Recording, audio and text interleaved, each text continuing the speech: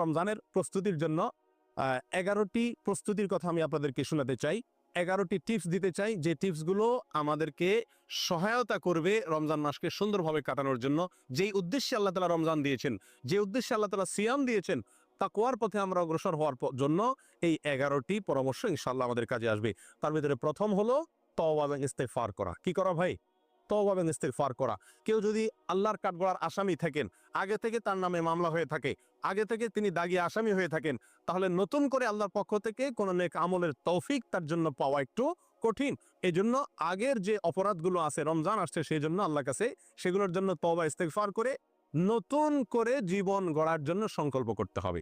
নতুন করে রমজান আসছে, আমাকে নতুনভাবে ঘুরে দাঁড়াতে হবে, সেজন্য পিছনের সমস্ত খাতা মুছে ফেলতে হবে, পিছনের সমস্ত গুনাহ খাতার জন্য আল্লাহর কাছে মাফ চাইতে হবে, নতুন জীবন গড়তে হবে, জীবনে